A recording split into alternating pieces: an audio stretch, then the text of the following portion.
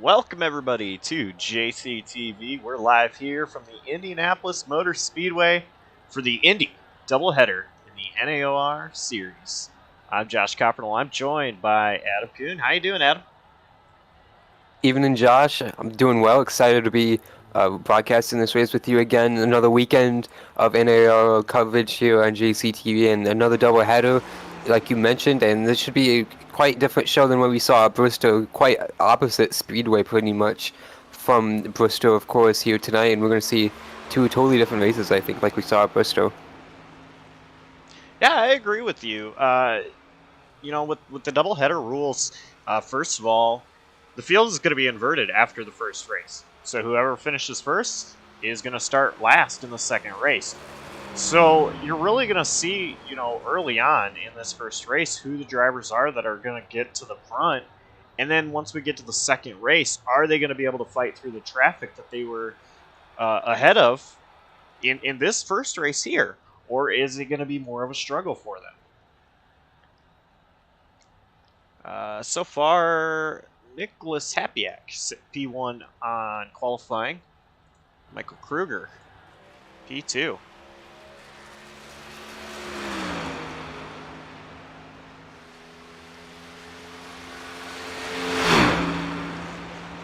So we are joining you during qualifying.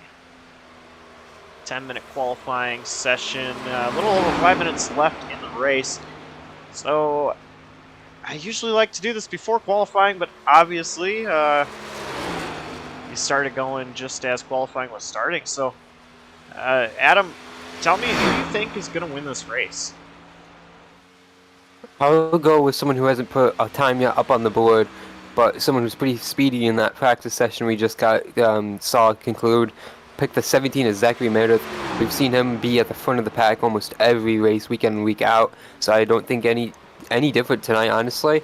And I watch out for that 17, in my opinion. I think Meredith's a great choice. Someone that I think is going to run up front as well. I'm going to go with Braden Holt, 54. He is a driver that runs up front all the time. I think he puts his 54 machine in victory lane for this first race here.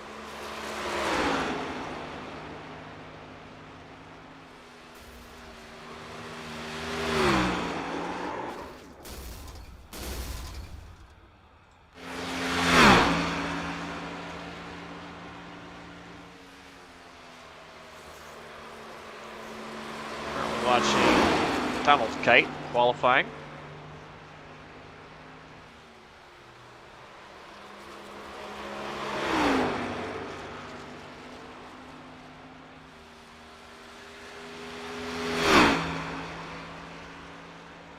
Kite coming to complete his first lap.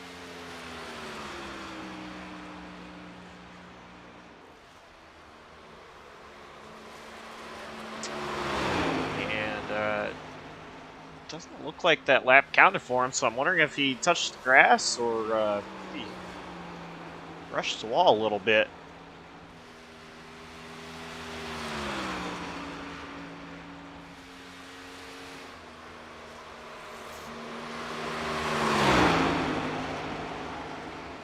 Driver on track is Joshua Arnold.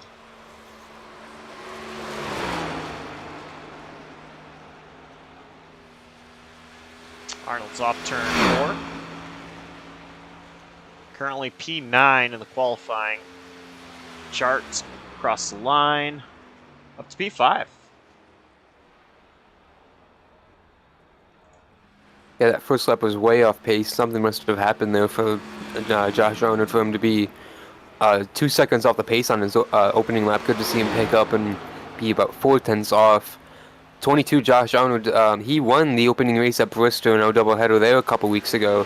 So he's going to try and do the same here tonight, of course. And it was a third place run for him in the second race, which was run by this guy. Yeah, Chris Wright found his first win of the season in that second race of Bristol, the doubleheader. Chris Wright, he is somebody that has ran up front every race we have had so far. He just has not been able to capitalize at the end of races. Like, I think he has... I think everybody's kind of expected him to. But he does have that win. He's definitely looking for more, though. We know he has the speed. I think if it's not in this first race here, Chris could definitely take a trip back to victory lane in the second race.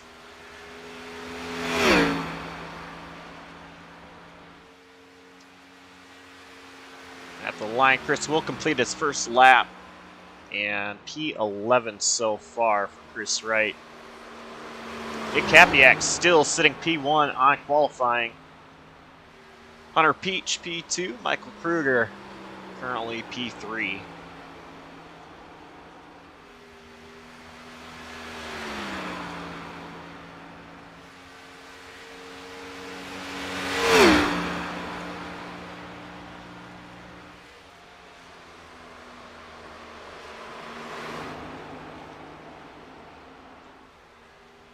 We continue to ride with Chris Wright as he does complete his second lap.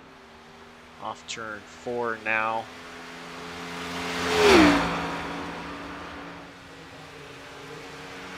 Wright is going to jump up to P4.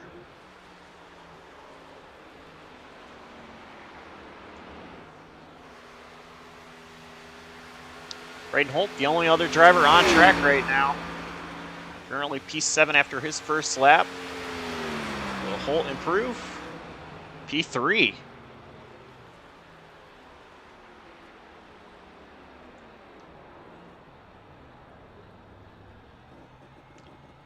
So, no other driver on track. Less than 30 seconds. There's not enough time for another driver to complete a lap, let alone even start a lap. So it looks like Nick Capiak's going to be the pole winner tonight. One thing I do want to mention, Adam, is I know you can't really see it on your end, but I've been watching track temp. It was bouncing around like crazy in practice. I'm continuing to monitor it here in qualifying, and it is still just bouncing around. These drivers, they already have a very tough challenge ahead of them. That track temp fluctuating higher and lower, it's just going to make it challenging. Right now, as it stands, 98 degrees track temp,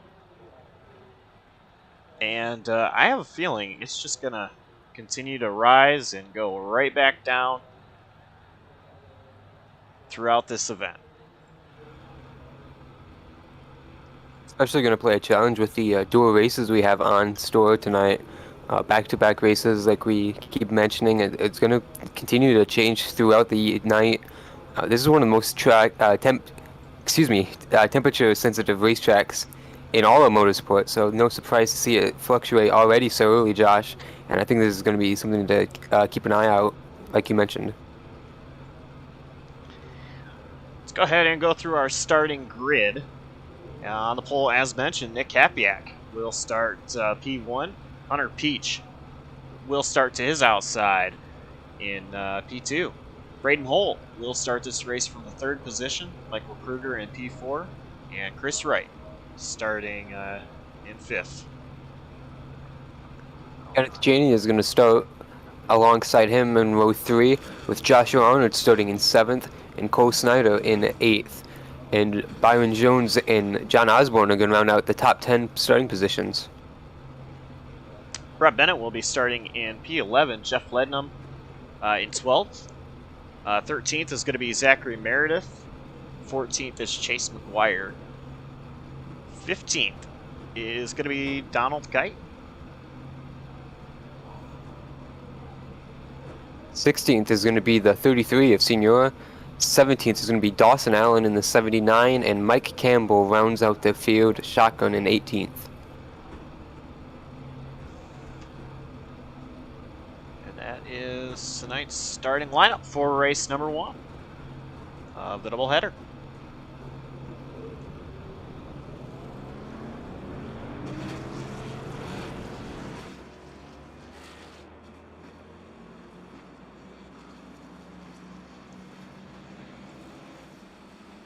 2 sets of tires in the pits, 62% fuel capacity. These guys can run about 20 laps before they have to pit. 30 laps each race, so they will have to pit at least once.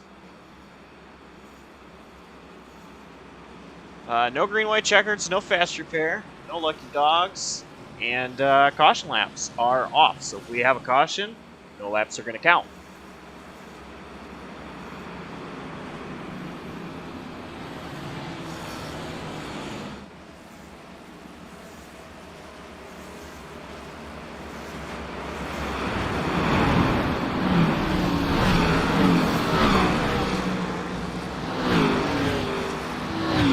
Is rolling into turn 3. A couple of drivers did not grid. It's going to be the number 7 of Chase McGuire, the number 79 of Dawson Allen. So, 16 drivers starting this race.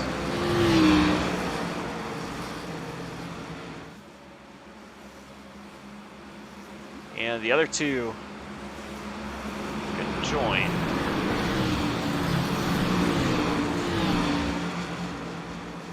Well, Nick Hapiak won the pole by over a second, so very curious to see how he's going to get on the start and see if he's going to be able to break away here and be able to dominate early on. Green flag is in the air. We are underway here at Indianapolis. And a very even start out of Hapiak and Peach.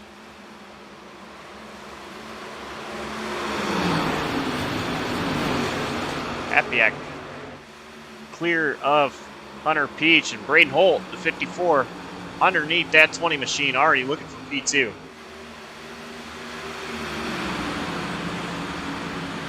One of the most line-sensitive racetracks on this circuit. Hunter Peach is going to be able to hold that position over Braden Holt on the outside lane. Very impressive, considering the inside is usually the way to go here on all the corners. The bottom is where you want to be. Look at Michael Kruger making a move underneath Braden Holt. Trying to get up to P3. Yeah, risky move, attempting this pass in the short shoe. It's going to be able to challenge this 54, continuing it down the front straightaway and almost clear Braden Holt. Indeed, he does before the finish line. Now it's going to allow Cheney to challenge the 54 into turn 1, and indeed he clears that position. Yeah, Cheney did a great job following Kruger through to get up to P4. You know, you mentioned something about trying to pass in the short chute, and I remember listening to somebody one time, several years ago, I'm not exactly sure who said it, but they said, you want to try to make a pass at this track. Doing so going into turns 1 and 3 is better than into turns 2 and 4. Because of the long straightaways. If you don't execute your pass, you're going to lose a lot of momentum at this track. And so trying to pass somebody in entering 1 and 3 is the best option here. If you are able to carry the momentum down the long straightaway. But it's all you have to set up your pass.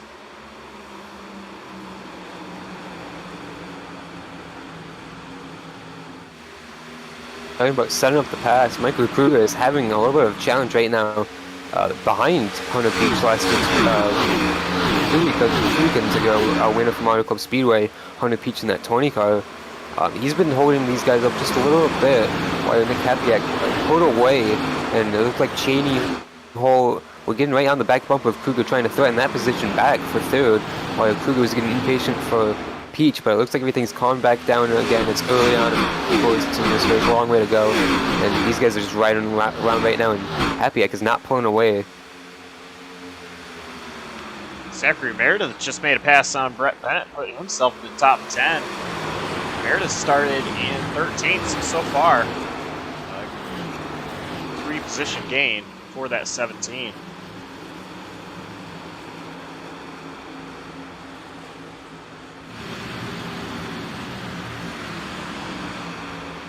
Back there, Donald Kite also trying to make a move on that machine of Brett Bennett. Donald Kite looking at the inside. And Brett's just going to give Kites a lot of room, as well as 33 Hunters Senior.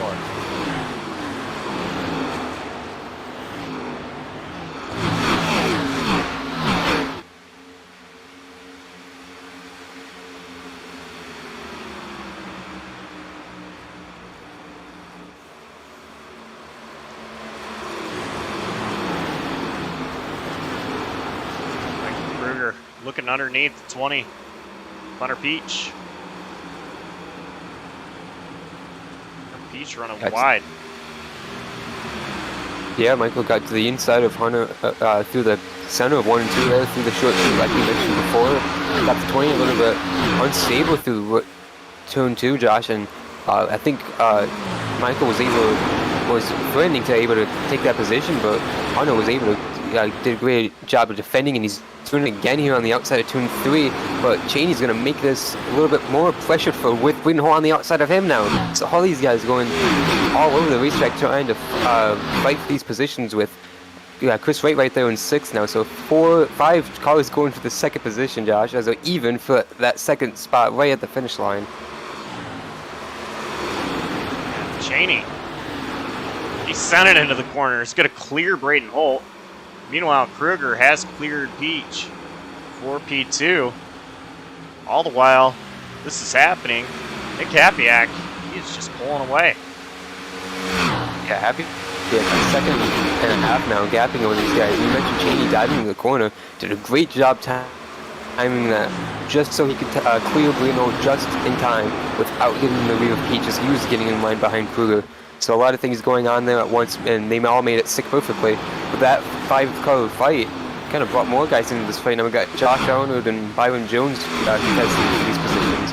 So a whole train of cars behind our race leader. And you see Michael Kruger here going to the inside of the racetrack, trying to break that slipstream for this pack of cars behind him.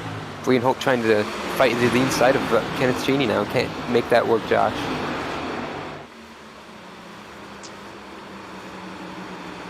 Didn't make it work. Braden Holt has a run though. Off turn 2, down the back straightaway. Oh, he's going to be able to make a move. He does. Braden Holt makes a move all the way down.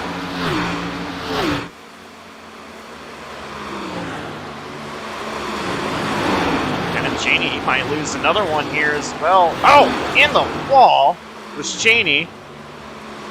Instead of losing one, he's going to lose a few more.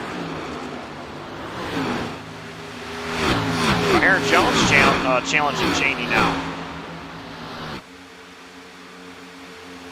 Cheney went from P4 to P8 in 1 lap.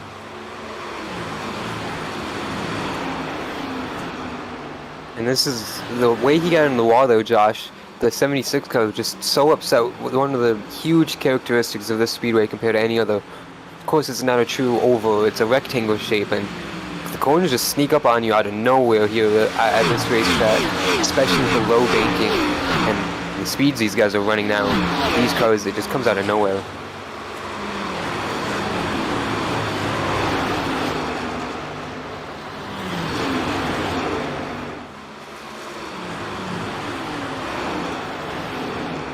Byron Jones challenging Joshua Arnold in 6th position. Arnold up 1 position, Jones up 2, where they started this race.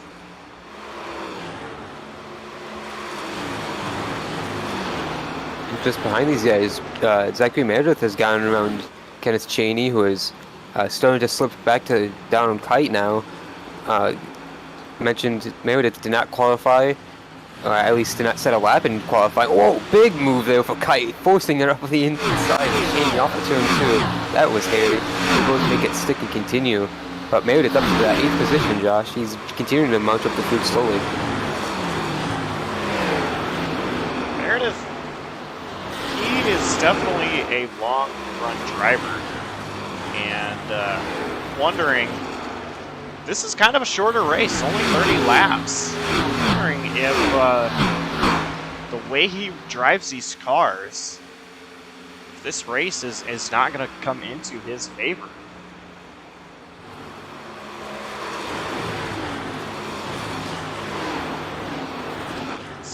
Dawson Allen has joined the track and the race. 9 laps down, just kind of out here gaining some knowledge for that second race. But Dawson Allen has entered the picture.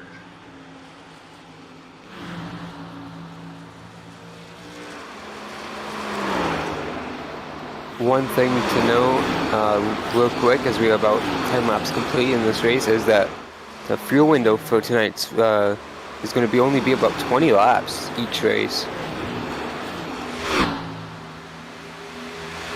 Yeah, and I'm wondering if anybody's going to short pit.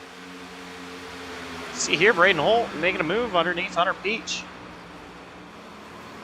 Yeah, these three have gotten really racy. Holt is going to send up to the inside of Peach here into turn 1 and make that pass stick, and Kruger is continuing to defend the second position as Holt's going to contact into turn 2. He's in the grass as Michael Kruger. Huge save. He's going to check up all these guys. Wow, what a save by Michael Kruger. He was sideways. And look at that 69, Chris Wright. He's using that to his advantage. Looking underneath 98 of Michael Kruger. Kruger is a sitting duck right now. He has angry tires after that huge slide, and now he's in the outside groove. He's getting all kinds of rubber all over that tire now, and see all these guys are going to freight train him down the front straightaway. Hunter Peach pushing Chris Wright, and they got Arnold and Byron just behind him, but magnificent job of keeping that car under him and still having a car intact.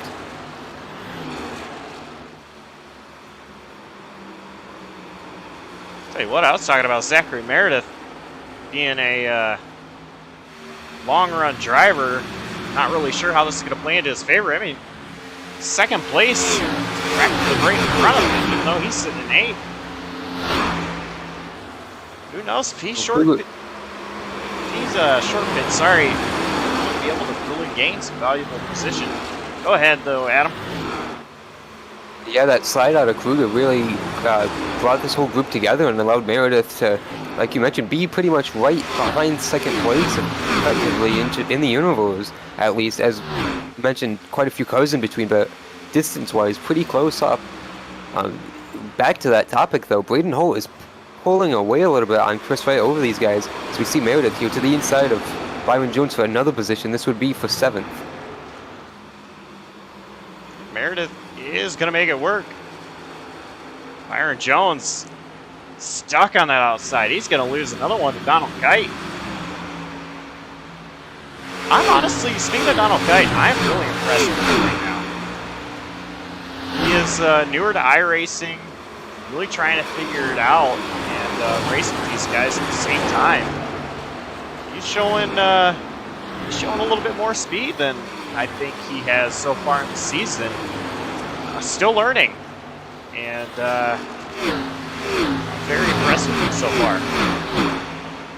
And he's been right behind Zachary Meredith all race, pretty much following him through the field, and that's not, like we mentioned, that's not a bad cover, a shadow, and especially the way he's curved up through the field, doing a great job, both of them tonight, doing that.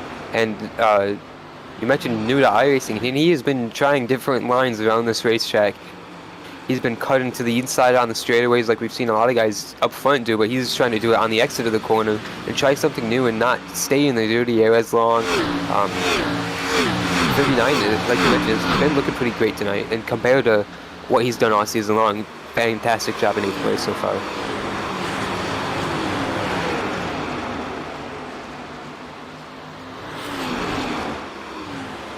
Zachary Meredith looking to try to get around another driver. It's going to be the 22, Joshua Arnold. Meredith to the inside. Arnold trying to block. Not able to, as Meredith is going to get his nose just to the inside, and they will be side by side entering 1. Arnold has a pretty good launch off of turn 1, though. Still ahead of Meredith. Speaking of Kite, the way Arnold drove Meredith all the way down the racetrack, down the front straightaway, allowed the 39 to reel them in, and here he is He's trying to pressure it to make it 3 wide. It's not the way is his decision to make here in Indianapolis, but it's been done to effective passes, before in the past. Not sure if he's going to be able to make it here off of turn 4, but he's looking as Meredith continues to fight to the inside of Josh Allen for this position. Oh, Arnold in the wall. And we have some drivers coming down pit road too, I believe, led by the 98. Actually, that is a lie. It is led by the 6 of Nicholas Hapiak, our race leader. And I saw last lap, I'm not sure if it had something to do with pit stops or not, but Cole Snyder and Brett Bennett had fallen 47 and 50 seconds respectively to Hapiak. I hadn't seen if they had come down pit road or not, Josh, but they were tailing the lead lap ago. As a problem for Michael Kruger, he has to reverse into his pit stall, and he's still not in yet. That is going to be a costly mistake for N98, Michael Kruger. Hapiak off and away.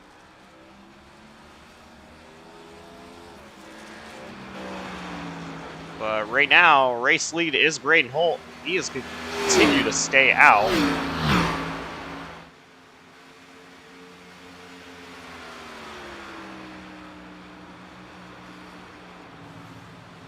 But you were right.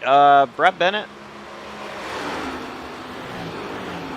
Cole Snyder, they had already come down pit road. Jeff Lednum and Kenneth Cheney as well.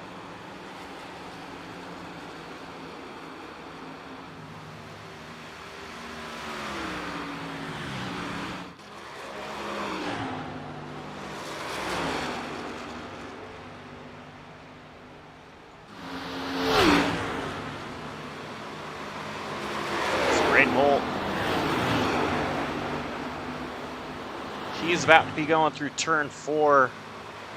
I think he's slowing up. And he is not. He is still right around the track. But Chris Wright and Hunter Peach, they come down pit road. Joshua Arnold come down as well as Zachary Meredith.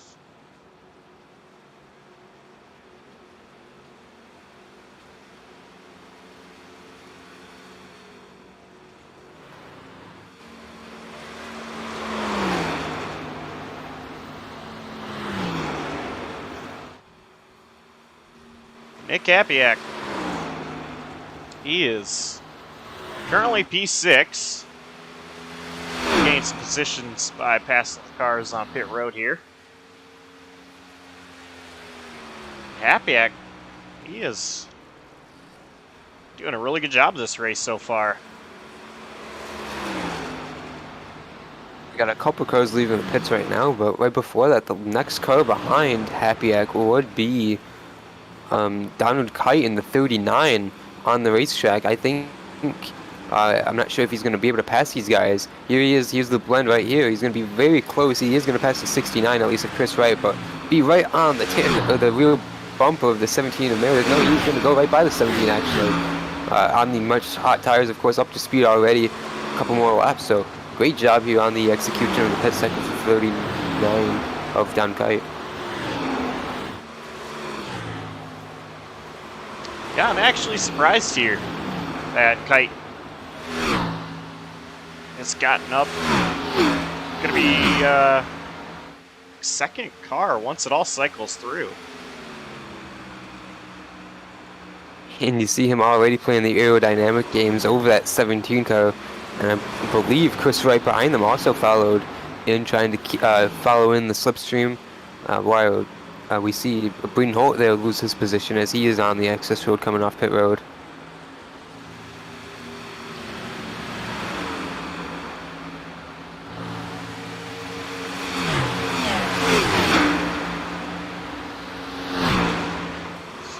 Sean Osborne and Mike Campbell have yet to come down pit road. This is tight right here. Holt trying to keep this position on cold tires over Hunter Peach on hot tires, trying to take that position. You see Hapiak got 6-second lead right now, or 6-second gap at least.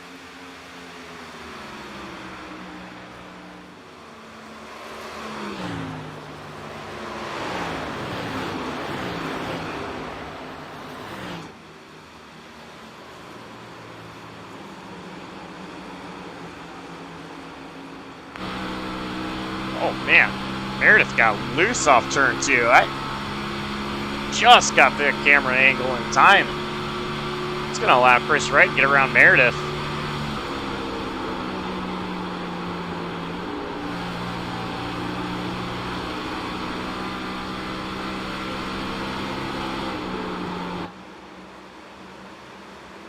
Mike Campbell has come down pit road, as well as John Osborne. So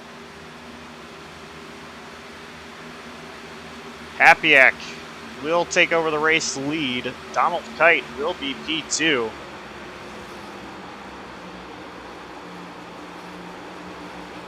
Look at the difference in lines there. You see Chris Wright was underneath the first white line, those left side of his tires, and Donald Kite, he had all 4 tires a couple feet off of the white line.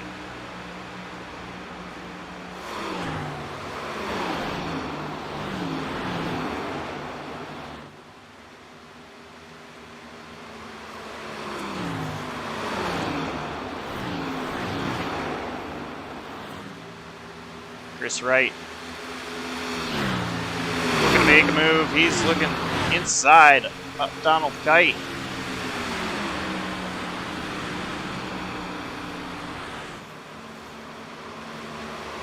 Kite trying to hold on. He's in the outside lane. It got a little loose there, out of 1.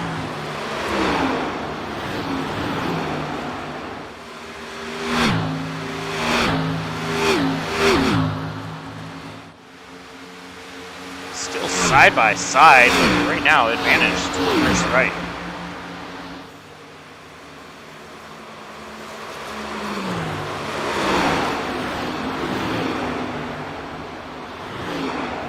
Donald Kite trying a crossover move, just not close enough to execute.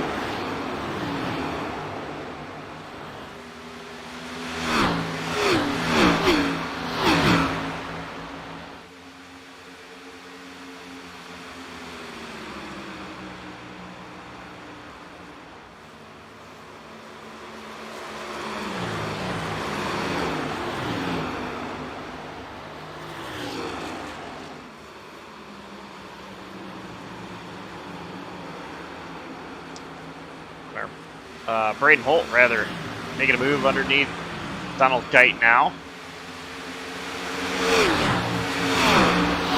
Wanting to get P3.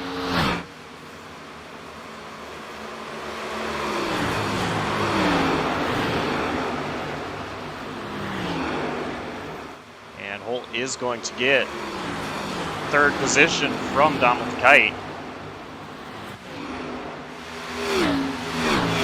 Of course, it's going to be the deficit that Donald Kite is on, short pitting early compared to everyone else.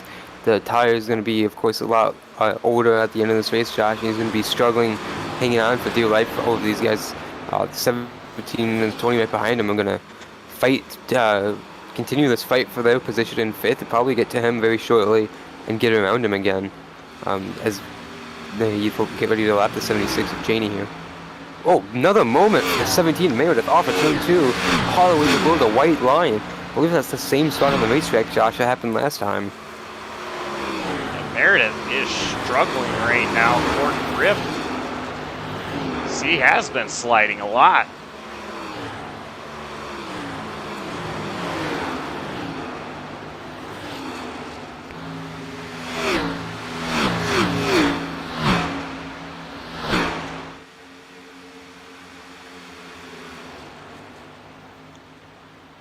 So race leader, Nick Capiak, he started on the pole, and he has led the majority of this race. The only time he didn't lead was underneath those green flag pit cycles. Nick Capiak, I think unless something major happens, he has definitely got this race in the bag. Chris Wright has been the faster car of everybody on track. Chris Wright coming down pit road a couple laps after Hapiak did. And it's just not going to be enough time. Distance of just under 6 seconds with 6 laps to go. Wright would have to make up a full second just to get up to Happyack. Passing him would be another thing.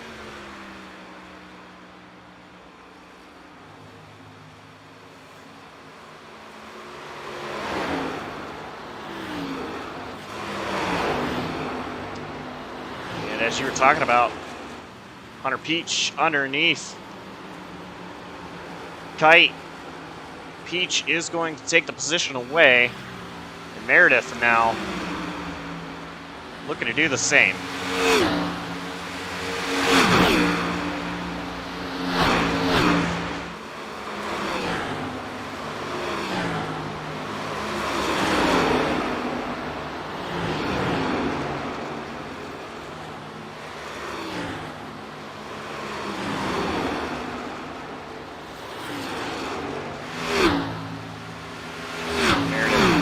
Look at underneath now.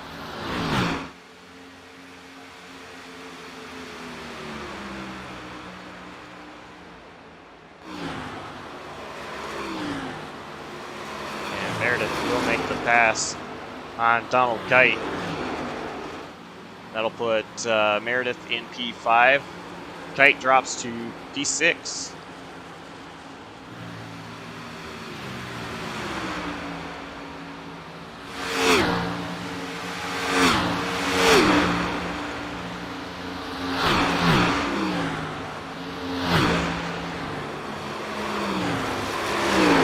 Kite actually got a run. Got underneath 17. Meredith battling once again. Kite wants that position back. He is going to fight Meredith hard for it.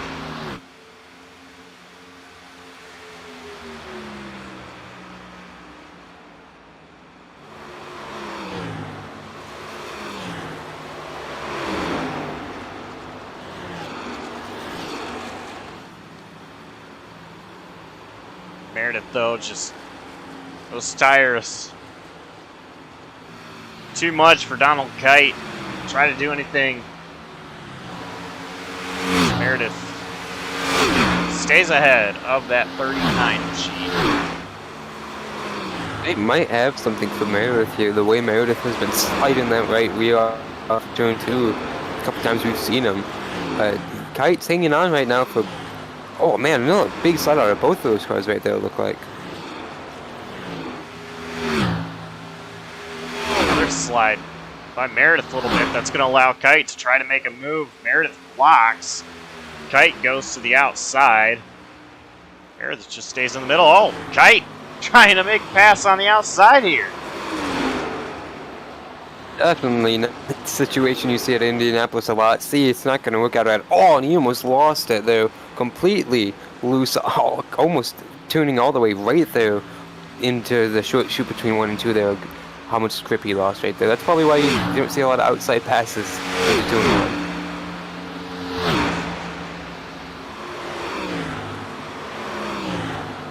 1. Donald Kite trying to close the gap back up. He has just a little over a lap. Oh, big slide out of Donald Kite.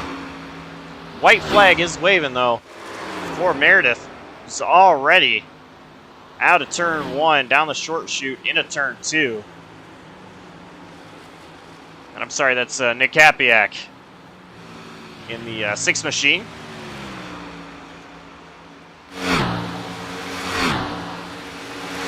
See Chris Wright in the background. He has closed in, but just not enough time.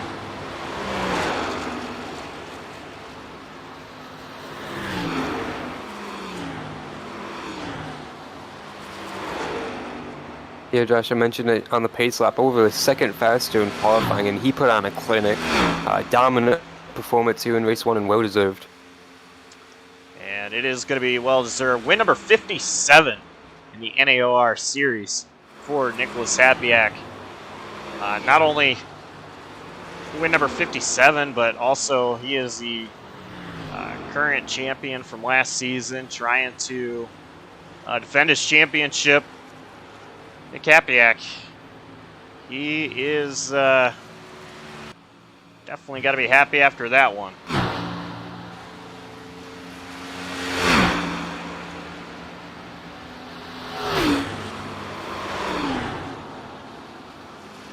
Meanwhile, down Kite fell all the way to 10th position there on the last lap. I don't know what happened to Donald Kite.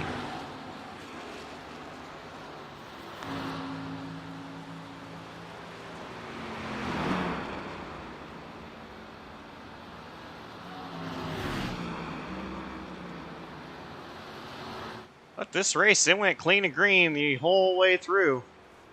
Caution free in race 1 of the doubleheader at Indianapolis. So, guys, if you're watching, there's still a whole nother race to go. We will catch a word with our race winner, though, here in a moment.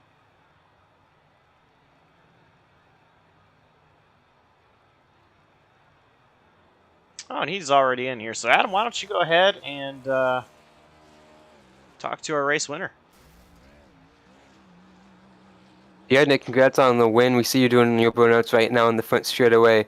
What's it mean to win the first race here in Indianapolis tonight? This is great. I don't think I've ever won at Indy, to be honest with you. This is pretty cool. I did it clean. I didn't hit anything until, of course, right now I just smacked the wall when I did my donuts, so that's cool. but this is pretty cool. You did a great job, of course, like I mentioned, and like you said, you didn't hit anything, but you were far out in front of the field for most of the race. A great job in that sense, and you won the pole by over a second. So what was that like on your front, and the little bit of pit strategy we had in the midpoint in the race, and everything we saw in that first 30 lapper?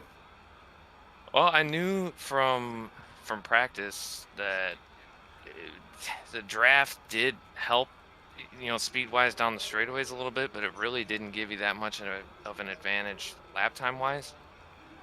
And I thought, if I can get a good qualifying spot, I'm just gonna go as hard as I can, try and get as much of a gap as I can between me and everybody behind, and hope that the tire fall off doesn't absolutely kill me.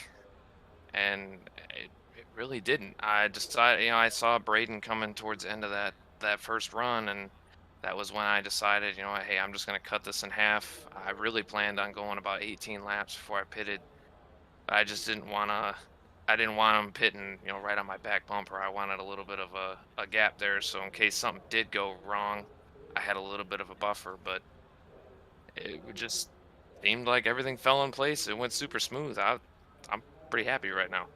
Not happy about starting last on the next race. That's going to be interesting, but the win's cool.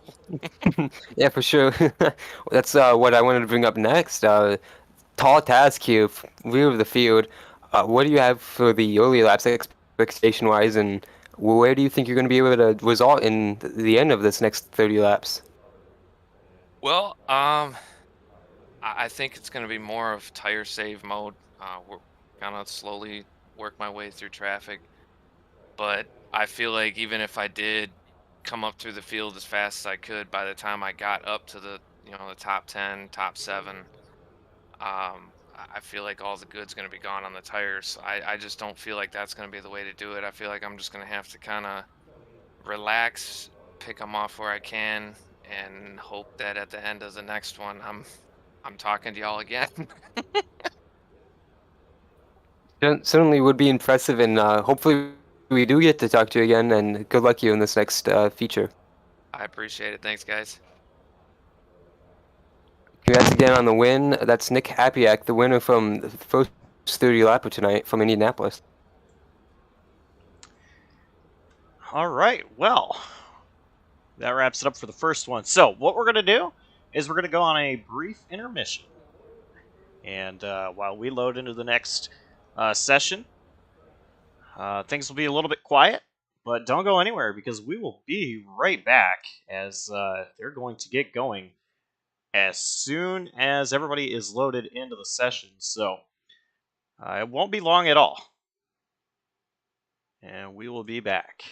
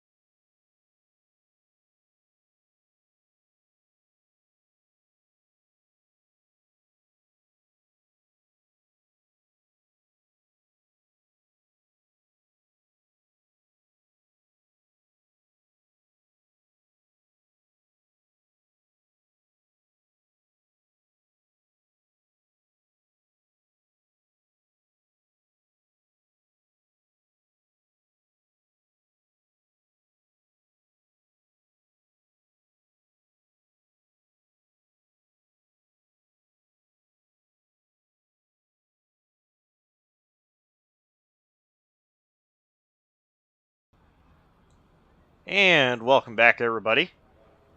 Live here from Indianapolis Motor Speedway, Race 2 of the doubleheader. So, the field is going to be inverted. That's the way it works. Nick Happy, winner of Race 1, he will start shotgun on the field.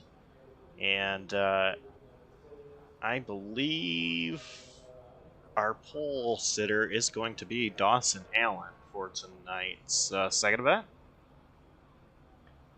And so I'm not going to bring up a starting grid because it is not going to work showing the correct order. So we're just going to do this in a way that hopefully I am correct on this. So starting P1 should be Dawson Allen, Jeff Lednum in P2, Hunter Cheney in P3, 71 of Mike Campbell, P4, and Brett Bennett, P5. Then we're going to have Cole Snyder and John Osborne behind them, with Donald Kite and Hunter Senior behind them, and Byron Jones rounding out the top 10 positions. It should be Joshua Arnold, Michael Kruger, Zachary Meredith, Hunter Peach, Braden Holt, Chris Wright. If Chase McGuire is here, I don't believe he is. And then Nick Kapiak. That rounds out the field.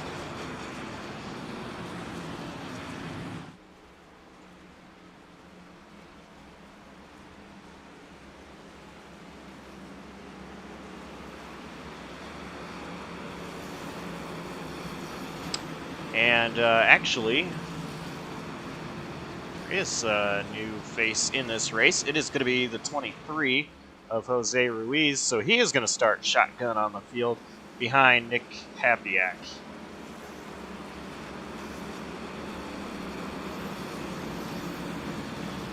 And that should be tonight's starting order for race 2 of this doubleheader.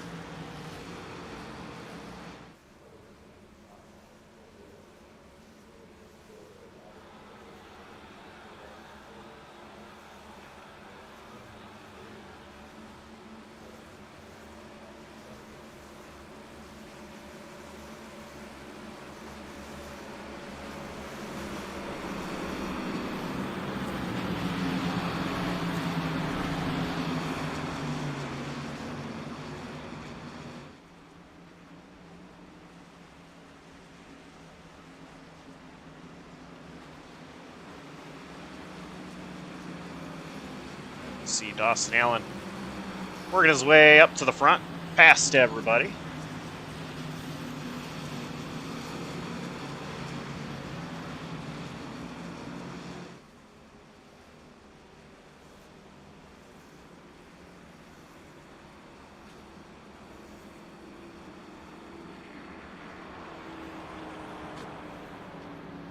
Dawson Allen, of course, familiar voice up the JCTV booth.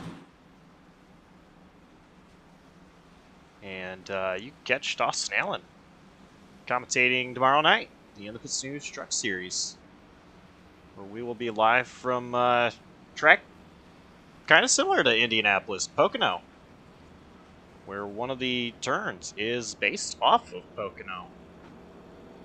I'm sorry, Indianapolis.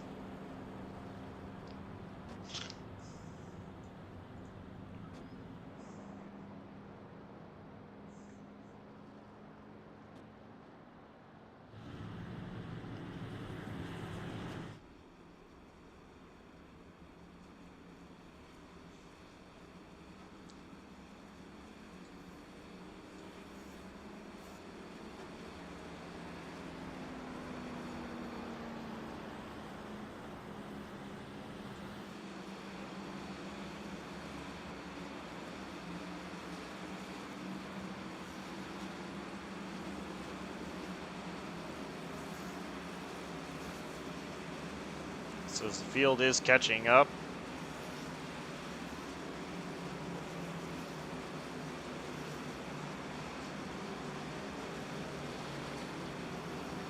to go in green.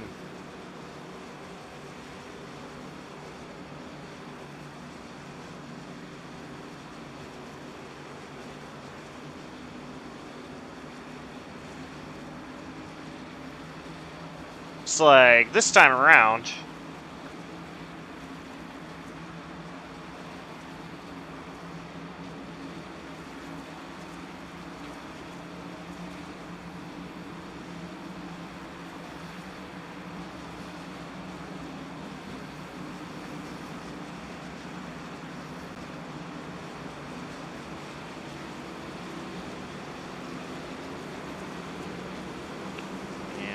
we are still with you.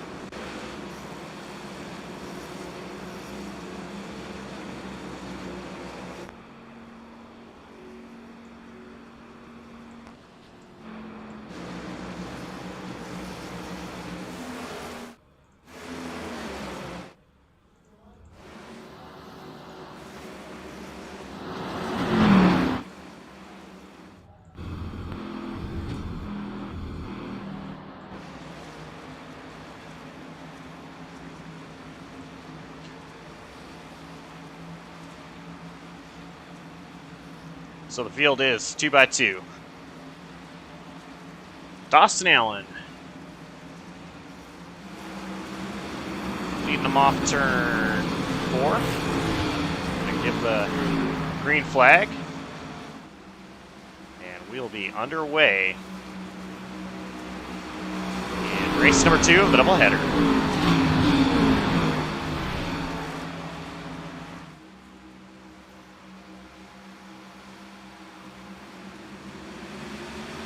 Green flag is out. Jeff Lednum got big jump. He's going to have to give it back, and that is going to stack up the outside line. Absolutely, the whole field's going to be swamped going to turn 1. Here comes Kenneth Cheney to the inside of Dawson Allen for the lead. He threatened that position, had to think better of it, but Cole Snyder, the huge loser of that, with that huge stack up on the start you mentioned from Jeff Lednum. Cheney's going to make a move underneath. Dawson Allen trying to take that position away. Cheney going to drive it into the corner. He has it.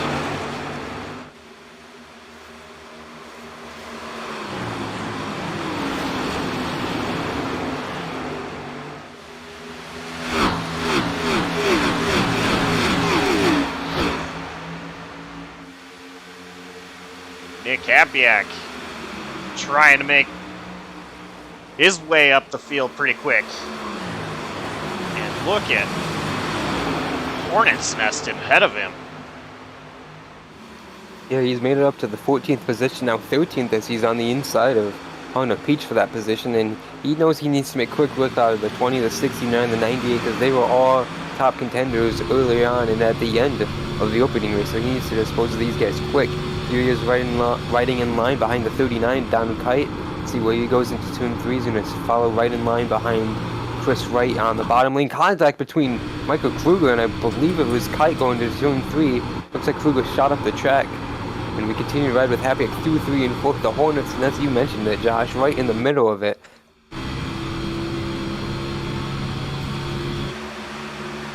Just look at this from the blimp cam.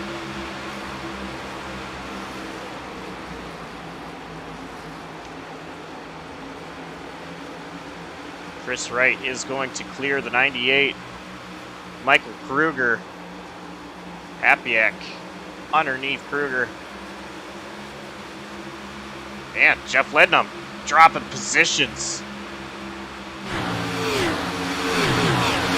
They're going to be almost 4 wide. Chris Wright was trying to make it 4. It might be 4 going to 3 wide. Thought better of it. And all the way by the wall. Jeff Lednum.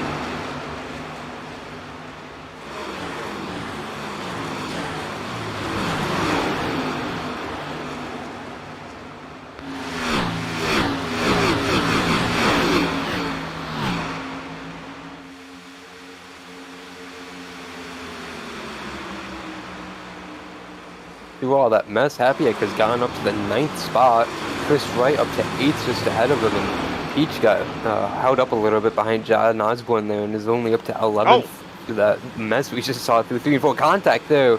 Ruiz and I think that was Lednum again into turn 1 and 2. That was Jeff Lednum.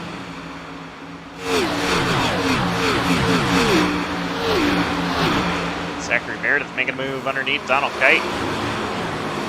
These two racing pretty hard towards the end of that first race.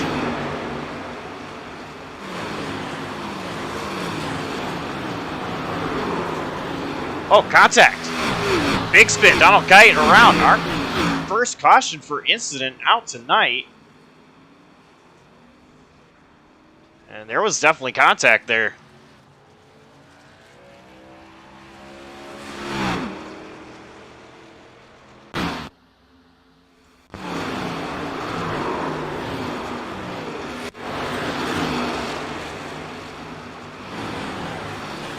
Kite. Oh, man.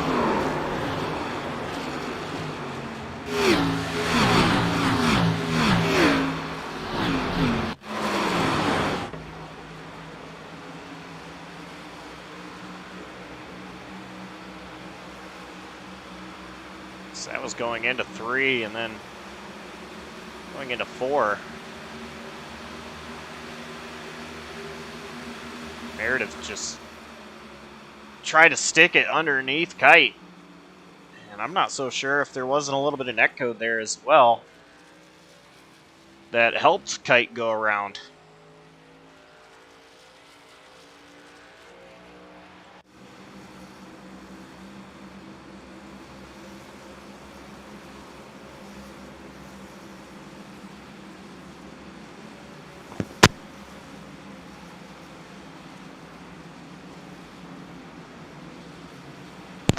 Look at this. A lot of drivers coming down pit road. Seems as though only one driver stayed out. That was going to be the one of Brett Bennett. Everybody else has made their way down pit road. Mentioned the fuel window's only 20 laps, so I'm assuming everyone's going to pit here and try to stretch it and save on fuel. Except for Brett Bennett, of course, trying to go for the opposite strategy here, maybe.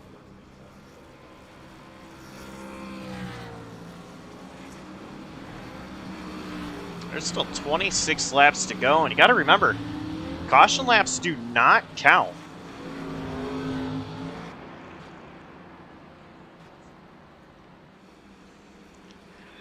These guys, they definitely still have to pit one more time.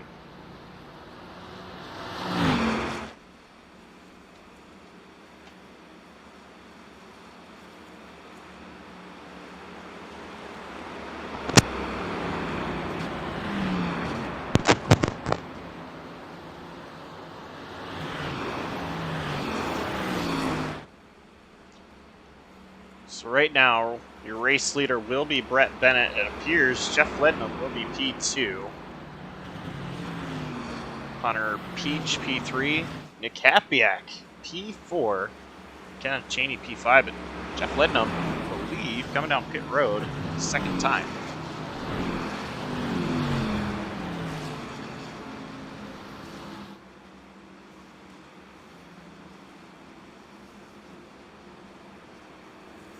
So Hapiak, I think he elected to take either fuel only or fuel and right sides. His pit stop was very quick. Oh yeah, definitely look like a ton of different strategies on pit road. The way the heavy cars left the box at different times. Especially different intervals from the way they all poured in. Like you mentioned, Hapiak picking up tons of positions. You're going to line up essentially third on this restart inside of Kenneth Cheney, right behind Brett Bennett is what I meant to say. It's going to be very interesting to see what he does. If he hangs in line behind Brett when the green flag waves, or if he pokes out and makes a move sometime on the opening lap. I would assume here's where it's going to be if he is able to make the opportunity to stay. The other thing I want to watch out for here is Dawson Allen going to restart third on or on the inside lane, third. I don't know what I'm trying to say, Adam. He's going to restart in 5th position. Third on that inside lane. And I believe he has 4 fresh tires. So this could even fit into Dawson Allen's favor here. Pace car is in. This restart is going to be on Brett Bennett. And the green flag is waving. Outside lane did not get going once again. Everybody tuck it into the inside. Look at Chris Wright. Lead himself off the nose of the 17 wire. They are 3 wide for the lead for a moment. It looked like Happy had that nose there for a split second. It might happen here again off of turn 2. Bennett's continuing to push up. And here comes Kenneth Cheney right there. He's still in the mix. They are 3 wide. They're going to be 3 wide entering turn 3 for the race lead. Is somebody going to give? Brett Bennett backs out of it. New leader, Nick Kapiak, and I assume this is what nobody wanted to see. 3 wide once again. Braden Holt to the inside. Brett Bennett, Hunter Beach. Beach did a marvelous job keeping that car on the outside of both turns 3 and 4 in a 3 wide situation both times. That was great work, but he is still under pressure from Brett Bennett. He's got a whole line full of cars behind him. Tons of traffic here.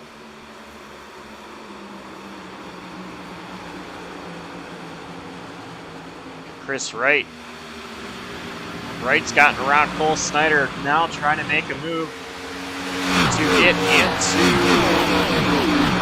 6th position. Make that 5th position, rather, for Chris Wright. Try and get underneath one Brett Bennett. He is going to. And I believe Meredith just put the wall a little bit there off of turn 3. Michael Kruger took great action in that, and he is going for another spot on Cole Snyder, maybe even 2 more with Brett Bennett right there. He tucks back in line. Gonna think about it through turns 1 and 2 at least. While you mentioned Meredith, maybe with the right side damage, he is in line now in 9th position. While we see these two battle for that 7th spot. Excuse me, 6, as they go 2 by 2 into turn 2. Michael Kruger currently underneath Brett Bennett. He has Selton Meredith behind.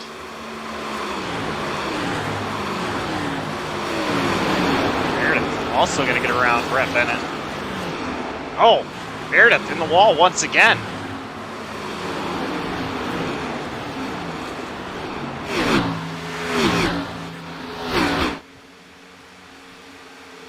Braden Holt. He has gotten around Kenneth Cheney, 4P2. Either one of these guys going to have anything for Hapiak this time. Yeah, you mentioned that I don't think anyone wanted to see Hapiak take the lead when he did, and I don't think anyone anticipated it to be as early as it did. Surely he didn't anticipate to get through the field that quick when we talked to him in victory lane for the first race. But oh, Dawson Allen around!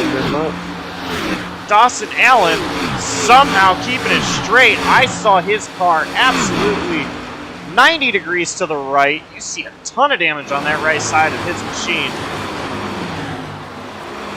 Not even sure what happened. There was a bunch going on there in the back of the pack. Not just the back of the pack, actually. Wright and Peach were going at it for that 4th position heavily, almost in the same spot of the track, way below the white line, pretty much going for that 4th position. So we take a look at the JCTV replay here in a moment.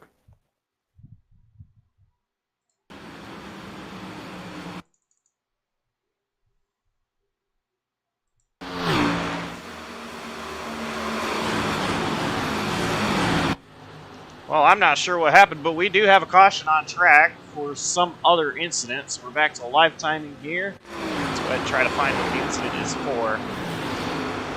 Oh man, Meredith hard into the wall.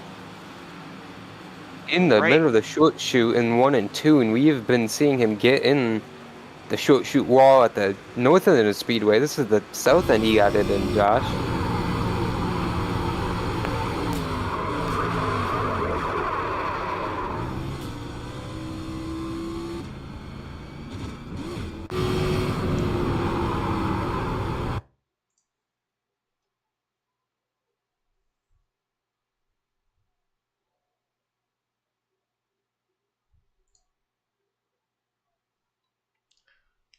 Take a look at this one more time.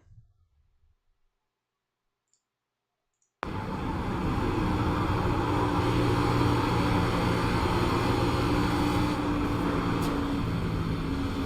think Hunter Senior got involved just a little bit towards the end, but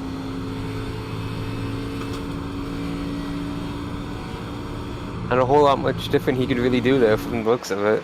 See the 17 just push up and boom, he's on the wall and then spinning around and that quick.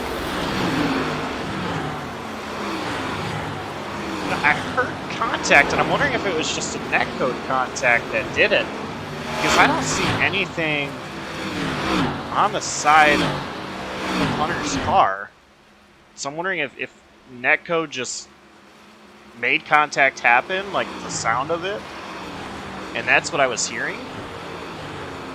So it definitely sounded like Meredith had gotten towards the rear right side wheel of Hunter Senior's car.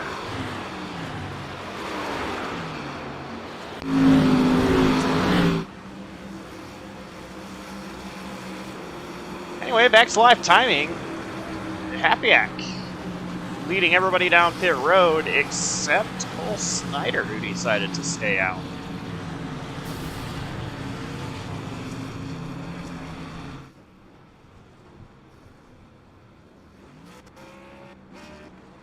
And it looks like Braden Holt is going to get off pit road ahead of Cheney, Wright, and then Happyack. Looks like a lot of drivers just taking splash and goes, short fills, very, very short time in the pit box, where we saw Zach Meredith there for extended stay.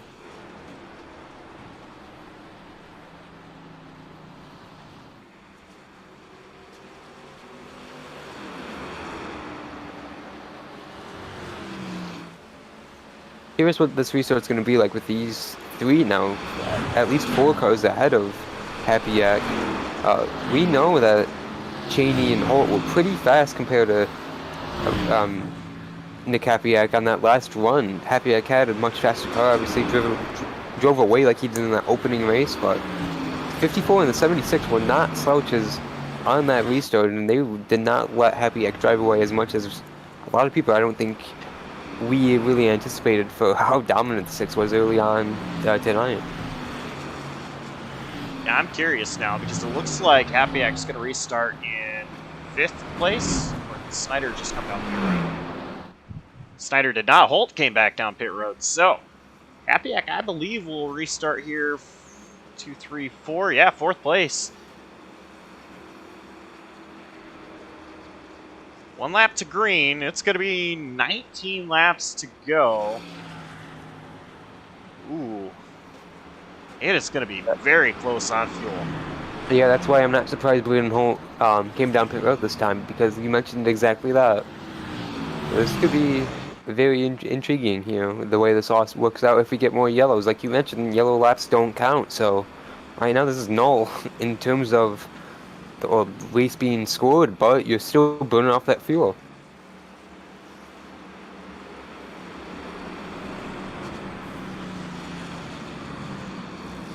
I'll tell you what, Adam, I am glad I am not a crew chief, because my mind would probably be hurting right now trying to think the best strategy in this scenario, because we're not guaranteed another caution. Well, absolutely not. And like we mentioned in the first race, green all the way. We didn't see a lot of incidents. We saw hard racing, but that was deep in the pack between only 2 or 3 cars. This race, we've seen all kinds of different shenanigans so far, and we're only 11 green flag laps into it, and we really haven't seen a crash per se yet. Besides, I wouldn't really call Meredith hitting the wall, but just happened to crash. That was wheeled everything the way it just kind of happened, you know? I think this could be very intriguing. We see Chris Wright already there on the back of Cole Snyder getting ready to restart.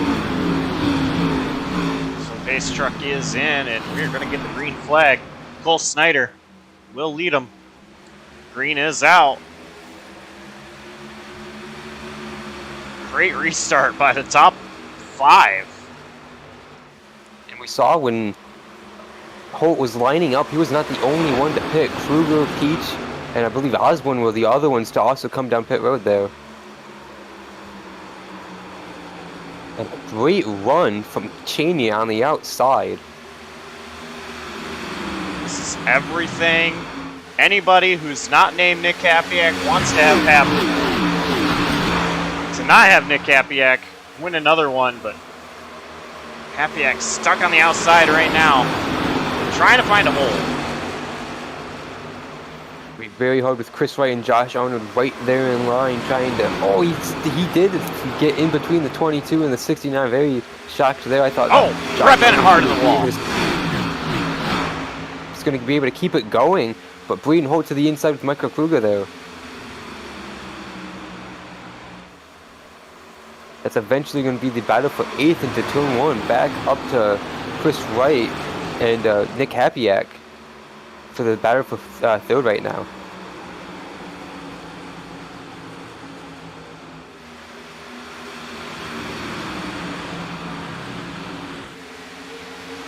Cheney.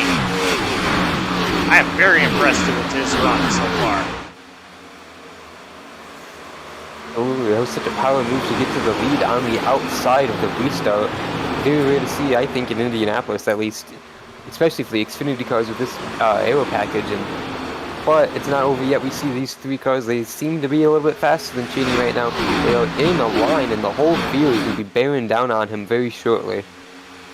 Look at Chris Wright making a big move to the inside of Cole Snyder. This will help Cheney. Yeah, absolutely will help Cheney. Cole Snyder looked like he wanted to try to make a crossover move, just wasn't able to.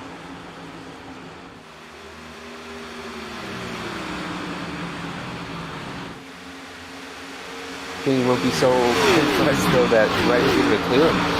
And with Wright only 4/10 of a second behind Kenneth Cheney, he's going to be able to try and run this down, Jock. I think he's going to, Chris Wright that is, going to be the man to watch with knowing he's got Kapiak in his rearview mirror and at least 1 car in between him.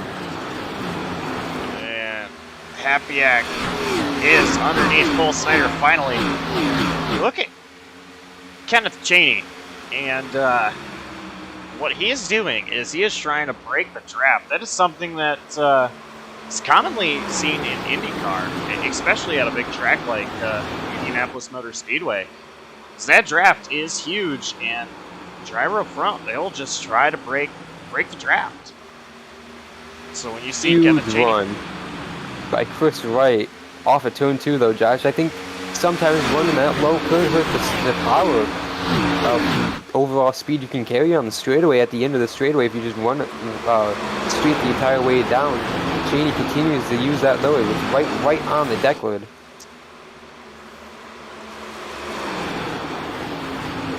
So Chris Wright has gotten up to Kenneth Cheney, still hasn't been able to make a move. Look right behind him. Kapiak is there. And he is going to want to get the position away very quickly. Oh, by the way, the 6 car, fastest car on the track that last time by.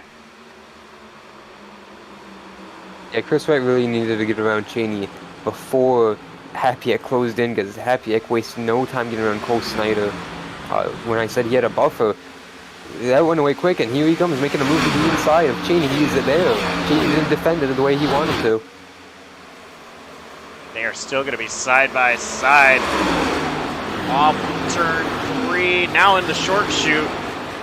Wright is clear. What is Kapiak going to do? He puts his bumper in there, trying to, not able to get there side by side with Chris Wright.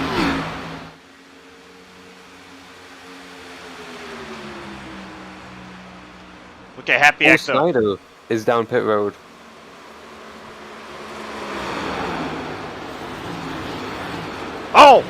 Hapiak in the wall. Cheney also caught the wall.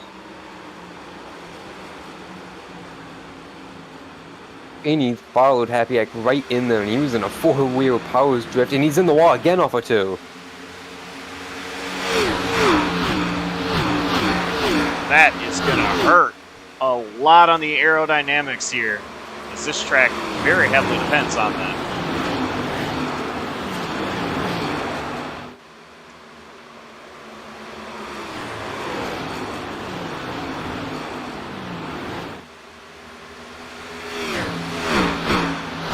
Right, trying to break that draft.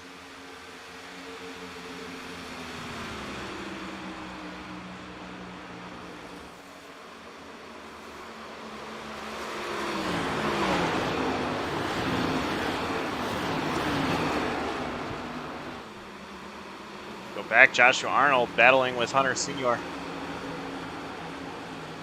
This is for 4th place. Hunter making a move to the inside of Arnold. Yeah, monster run off of turn 2 there for that 33 car. It's like a great throwback paint scheme. I believe Tony Stewart or Bobby Labonte in the 44 Busch Series car, but he's done a great job here tonight. When we've seen him, he's been making moves or being caught up in someone else's situation. The first race didn't go the way he planned, I don't think. Very quiet, but like I mentioned, he was making passes and getting the job done. Very minimally at least, but doing a fantastic job in this race. Number 2 to back it up, and up to 4th at the moment, so much better expectations here. Race number 2 so far.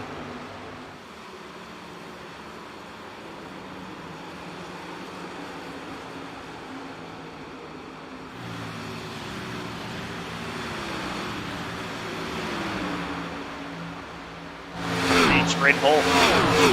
Battling for 8th position. Peach looking underneath Holt.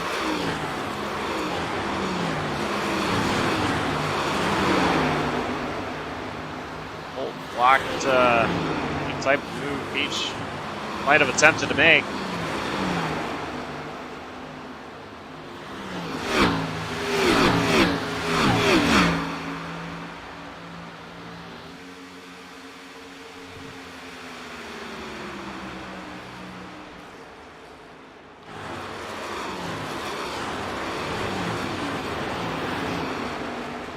These two. Senor got around Arnold. Arnold hanging there with him. Hanging right in there is also Jose Ruiz, who we saw in the very early incident. Ruiz 23 machine. And he's been pretty quiet ever since, I believe, in this race, in my opinion. And he is just out of nowhere clawed up to the 6th position on this restart and able to take advantage of those guys right behind him who pitted him. He's been able to hold off these spots so far. Those 3 in the line right there have only been able to march up to the 7th spot, led by Michael Kruger. Speaking of Kruger, he is under attack from not 1 but 2 cars. Brayton Holt and Hunter Peach both trying to make a move. Both of them are going to. Kruger really wide there. Not sure if he missed the entry to the corner. He missed his braking mark with all that blocking and all the moves they were making down the front straightaway, or he just gave them the corner knowing they might have had a shot, but he's going to be able to get another opportunity on this 20 car down the back straightaway. Peach looked like he missed the exit or turned into really bad while Kruger hit it perfectly.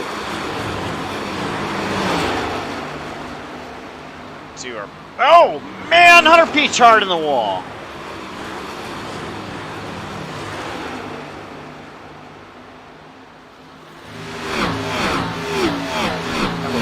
Hard hit. Absolutely, and both of them did a great job keeping the cars going the right way. I thought that was going to be at least a 2-car crash the way they were sliding towards that wall together, but they were able to live on another lap and fight for that 8th and 9th position. Maybe not so much for Peach with all that damage, but he is still right there hanging on barely to this lead draft at least.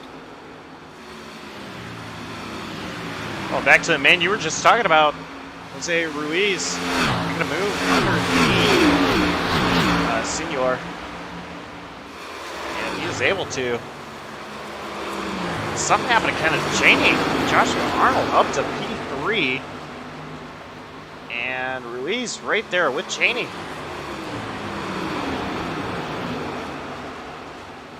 Yeah, 5 cars, maybe 6 right now. Backed up behind the 76 car. Doesn't look like he's got a lot of damage on that car, if any, so curious to see what's happening. More issues. Maybe the 33 ducking out of line. Maybe some of these guys are blowing up the way they are and running in line here. That'd be very suspicious if it was the case, but Hunter Senior tucked out of line all the way back down to 9th, which is last in line here and losing more time. Are they in fuel save mode? Very well could be. We saw only those 3 right there at the tail end of this line come down and top off under yellow, and Cole Snyder come in under green.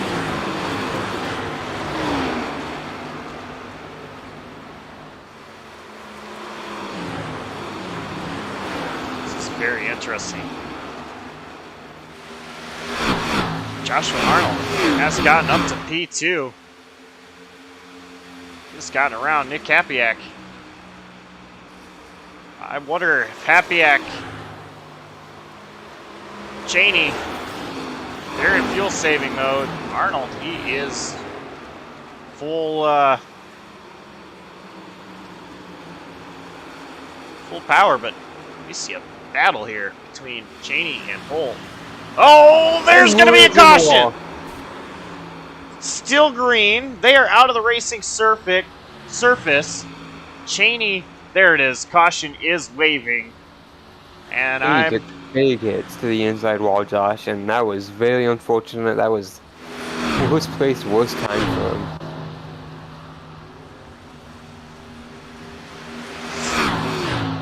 Nobody has to worry about fuel anymore. That's for sure. At least that, not that we can assume, as long as everyone pits here, you would think, but gonna completely shake up the restart running order. Let's take another look at this and see what happened. Now, I know I keep talking about netcode, but from that angle, I really don't see what would have brought out a caution or have a wreck like that happen. From that angle, from there. yeah, from that angle there was contact. Hard contact. Jose Ruiz in the wall off of turn 2 and nowhere to go.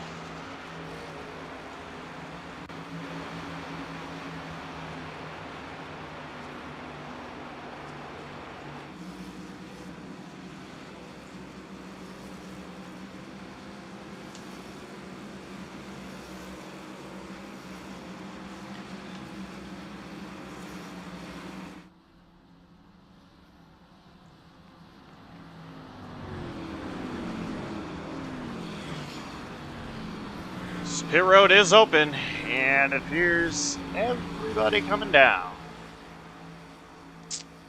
The only driver that did not come down, the 81, John Osborne.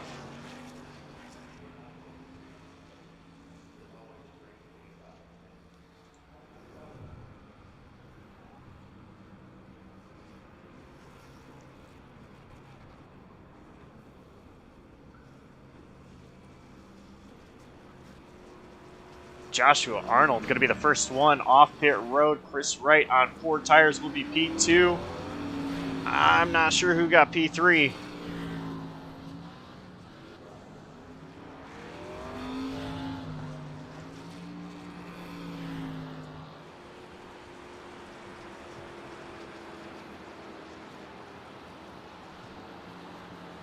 I believe it was going to be Mike Campbell, Braden Holt, Nick Hapiak, and Michael Kruger.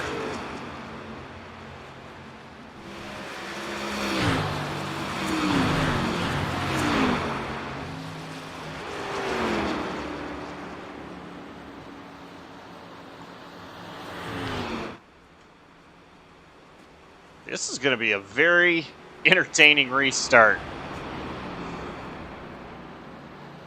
And John Osborne, he has to assume he is good to make it on fuel if he's going to stay out. I'm counting about 23 laps for John Osborne. And remember, caution laps do not count. So that is 2.5 miles of rolling around here.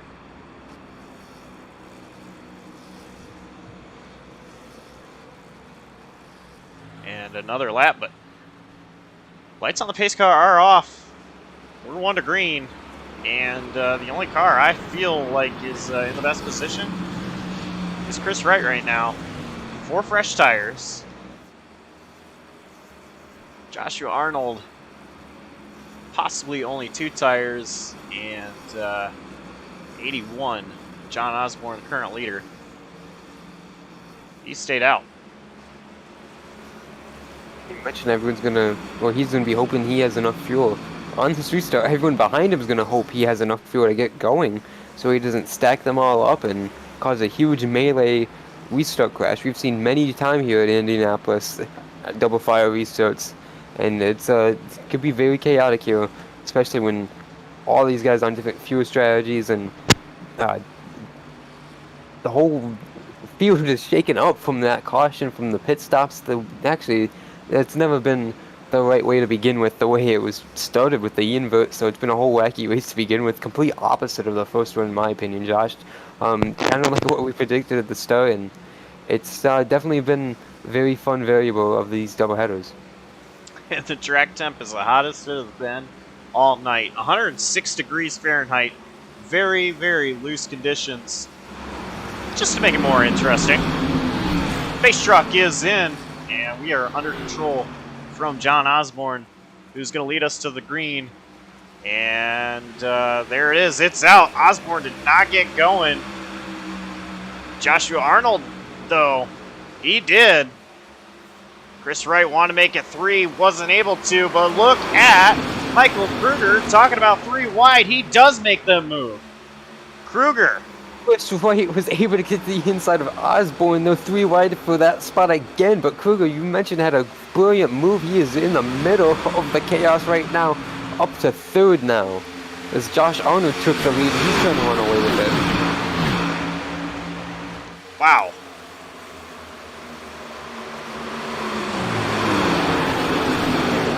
Oh, Happyack loose, saves it. He was sideways.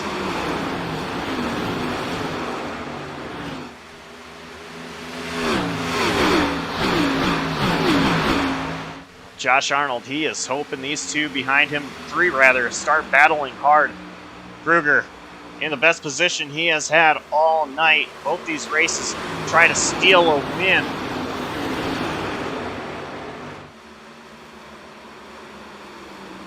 John Osborne continues to fall through the pack. He is down to the 9th position. That strategy is not going to work out for him at all. That one last dash.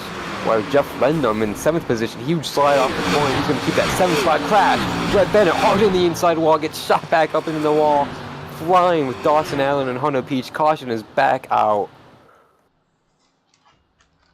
Downward Kite was also involved in there. Huge impact for Brett Bennett getting shot between both of the retaining walls. Oh, Bennett and Kite contact.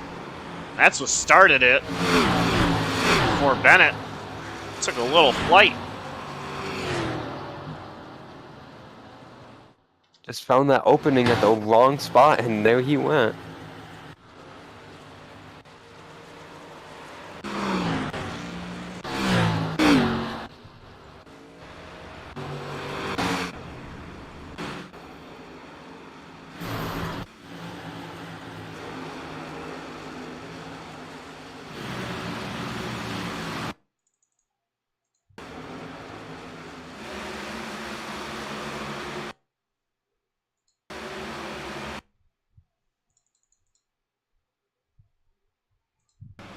They were racing right behind John Osborne, who had just been put side by side with Cole Snyder, and then Bennett gets put side by side from Kite.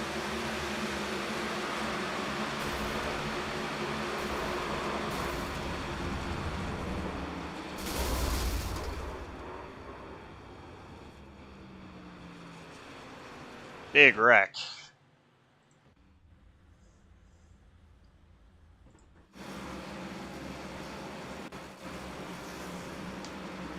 Back to live timing here. Race leader Joshua Arnold. And everybody stay out here.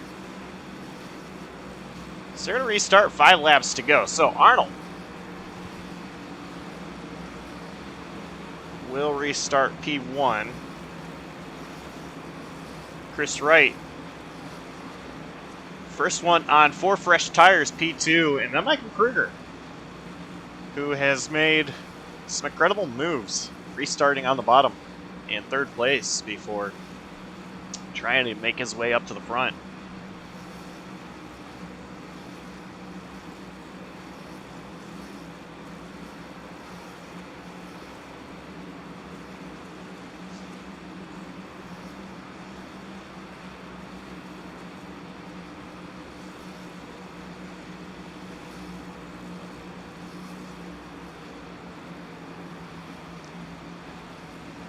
Y'all started in with one of our drivers, actually Brett Bennett, just involved in that accident. Brett, you've been released from the infield care center.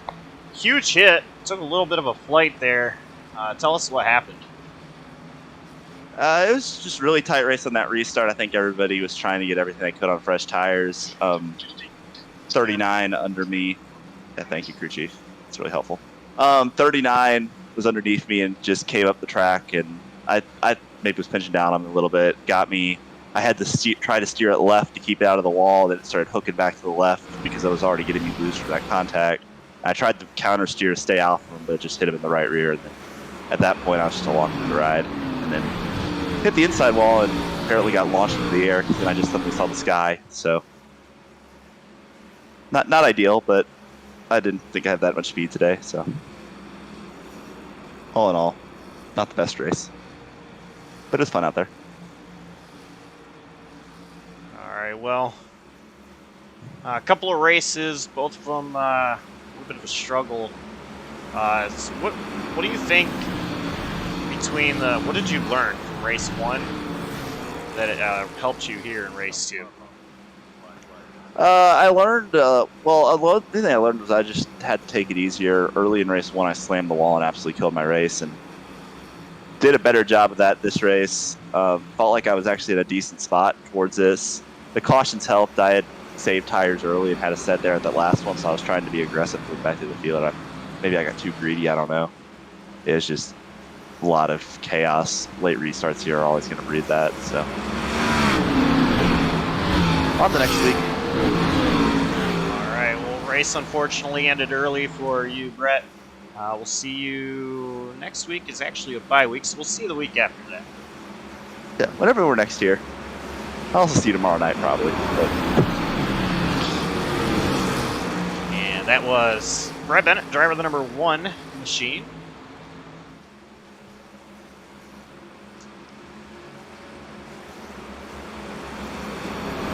We're about to go green again, and this time, Adam, track time is down a lot from where it was when I just gave an update. 99 degrees. Yeah, we see a lot of it in the shade now. Page shuts off. We're getting ready to go. Maybe one last time. 5 laps to go. Green flag is in the air, and not a great jump or start from that outside lane. Michael Kruger, a great restart. He tried to make a move underneath Joshua Arnold, wasn't able to, but look at Kruger. He's got a chance here.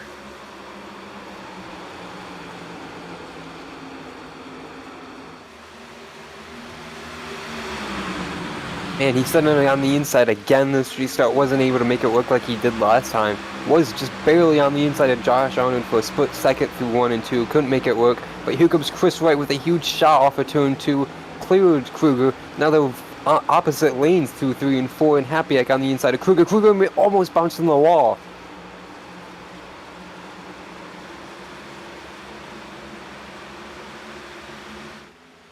Get Happyack falling into the clutches. huge move to the inside of Josh Arnold, like an IndyCar slipstream almost, trying to take that slingshot move. It's not going to be able to clear into 1, but off of turn 1 through the short chute, he is clear of the 22 finally. Can he drive away from Josh Arnold with a huge move like that? He might be able to. He is. He's slightly pulling away from Arnold. You were mentioning, Josh, that battle for third with Happyak and Holt, that is raging on. Meanwhile, Holt is on the inside for that position right now. And unfortunately, Kruger just had a whole bunch of momentum lost. That put him in a bad position, losing a couple of positions. Trying to make a move on Happyak now. He's going to get to the inside of that 6. Happyak pinching Kruger down. Kruger had a great drive off of 1, but still being pinched down by Happyak. Jeff Lednum right there with Kruger. Oh! Lednum sends it into the corner. He makes contact with Happyak. Happyak up the track. He's going to keep it off the wall. That was a huge body slam that 37 just gave to the 6 there. Happyak did a fantastic job not bending it into the wall like you mentioned and keeping all the tires underneath him there. He had a lot more force going into that corner than I think he wanted, and he's going to continue to lose spots down the front straightaway here. So much momentum lost, but up front we continue to watch this. Not really much of a battle for the lead anymore.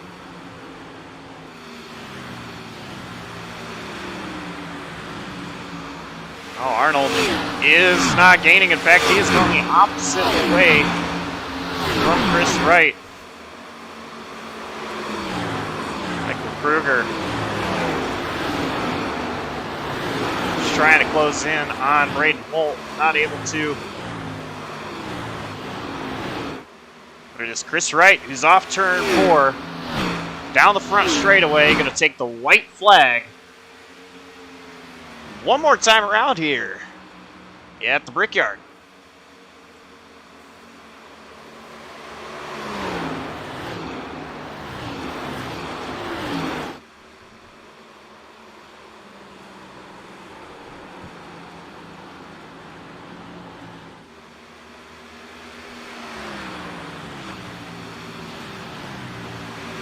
Battle back here.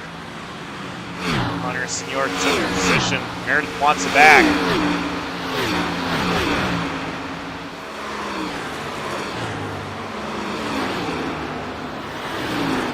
It's going to be Chris Wright. Coming around turn 4. Chris Wright. He's going to have win number 8 of his NAOR Series career. Second win of the season. Second time this season he has won race number 2 in a doubleheader.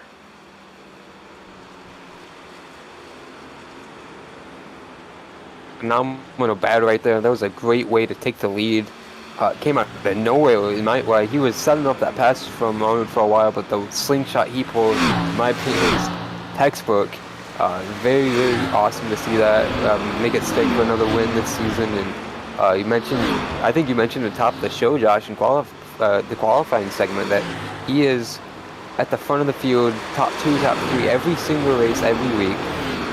No matter what happens, he's finding his way up to the front. He has been unfortunate to not get the win every time out, but another one in the book, and he's getting congratulations from almost everyone in the field for another strong performance tonight in race number 2. A very competitive race.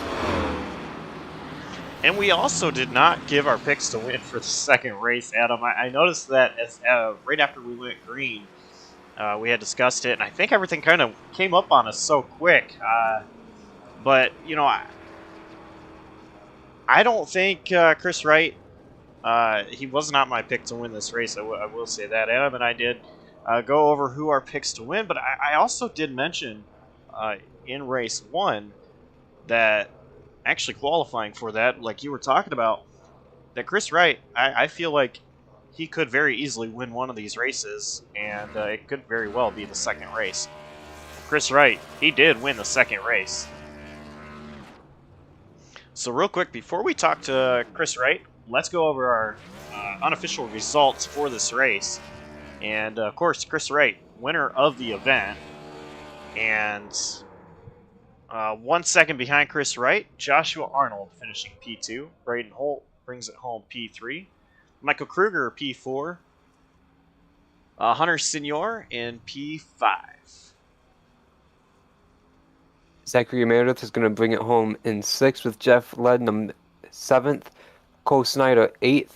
Nicholas Hapiak finishes in 9th after all of that, and Jose Ruiz, rounds out the top 10. John Osborne will finish 11th. Mike Campbell in P12. Donald Kite 13th. Hunter Peach 14th. Dawson Allen brings it home 15th. Brett Bennett 5 laps down in 16th. Kenneth Cheney 17th. And Byron Jones brings it home 18th. And Chris is already with us. Chris, what a race. It was looked very early like it was going to be another Nick Hapiak win as he got to the front very quickly. But this race, unlike the last one where it went caution-free, we had 4 cautions tonight. And you had come out on top. It was definitely a battle early on with Hapiak. How'd you get it done? Yeah, I think the first race going caution-free, it made track position really important. So Nick was able to get away when those guys were all stuck there, 2nd, 3rd, 4th. Once I got around everybody, it was 4 seconds to him. I think we were pretty even, maybe even a little better. I think we might have been a little better than him. We were running him down there at the end and whatnot. So I think if we'd had a caution in the first race, it might have played out a little different. But the second race, we had too many cautions. I was hoping it would stay green there with, 8 or 9 to go. We were good on fuel. We were going to make it. But the restarts were crazy. We ended up having a pretty interesting last restart. I just kind of drove up on the top there, and I knew it would stick. I was hoping the guy underneath me would stick. It was pretty tight off of 2, but once that happened, we had to run on the back and got the second, and then it was just about racing J-Paul. So it was definitely a race of momentum off the corners. This track, not like the typical oval. 4 different corners here where you really need your momentum. So what was it like just trying to set up your passes here to get up to J. Paul like you were talking about, trying to get that momentum to get up to him? Well, J. Paul took 2 to jump us there in the pits. He took 2. I was surprised that more people didn't take 2 because I felt like some people would jump us for the track position, but I wanted 4 and wanted the left rear. This car was really, really loose. So the short run, guys could drive pretty aggressively and get away with it, but after a couple laps, it would fall off, and that's what we've seen tonight. Where once we got over about 4 or 5 laps into a run, you could pass. Like, it was just about getting through 2 and 4, making sure you didn't get too sideways, too loose, and you knew the guys who'd burn the tires off. And we saw that, at points in the race, and Nick was really good at that in the first race. I thought the 54, I felt like tonight, Nick, there in the 6, the 54 of Braden and myself were probably the best 3 cars. But I think J. Paul closed the gap quite a bit in the second race and was able to run pretty much with us. And he took 2 instead of 4, and that kind of hurt him there right at the end. I think if he had 4, he'd have put up a better fight and maybe had a shot to win. But if he didn't take 2, he wouldn't have jumped us on the pits. So who knows how that would have played out. All right, well, before I let you go celebrate, who gets it done behind the 69 machine? I just thank all the boys over at Belly Up Sports, Chairgate, and everybody here at NAOR. It's a great league. Josh does a great job there. Josh Arnold does a great job running this league. It's a lot of input from the drivers. So everybody out there, Braden, and shout out to the 98 for not using me up there off of 2. He could have easily stuffed us in the fence off of 2 when we hung up on his outside there, and he didn't. So it's a fun race. It was actually, I don't know if you guys could tell in the booth, but it was a lot of fun to have to drive these things tonight. We were driving them. They were not handling well. They were really loose. So to be able to have to actually drive them, that was probably the most fun race of the season. These doubleheader races tonight. All right, well, congrats on the win, and we'll see you next time out. All right, thanks to you guys for broadcasting it too. I know a lot of people wouldn't be able to tune in if it wasn't for you guys. So we appreciate everything you guys do at JCTV as well. So we will see you in a couple weeks. I believe we're off next week. Indeed, we are off next week. Originally, it was going to be at Martinsville, but they rescheduled the race.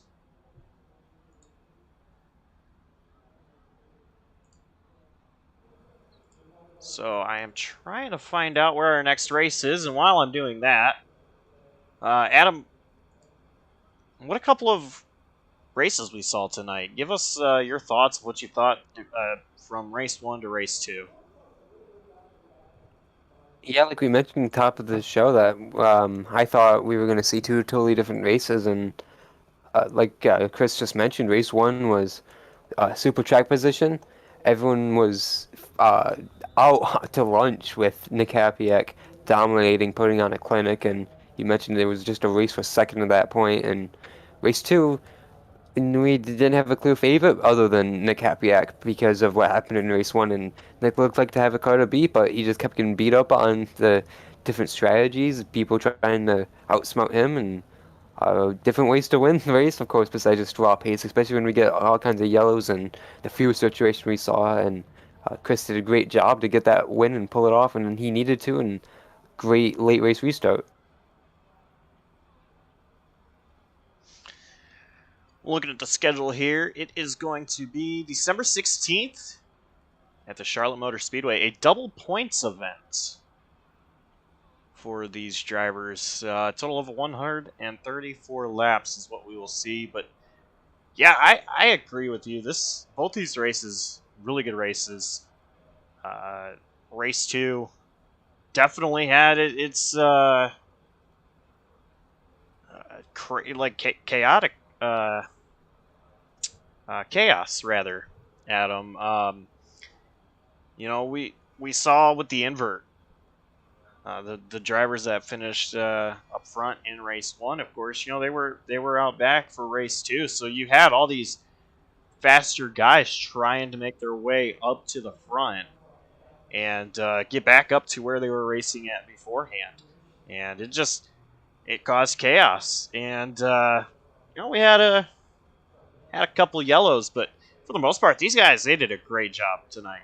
And another exciting one in the books for the NAOR series.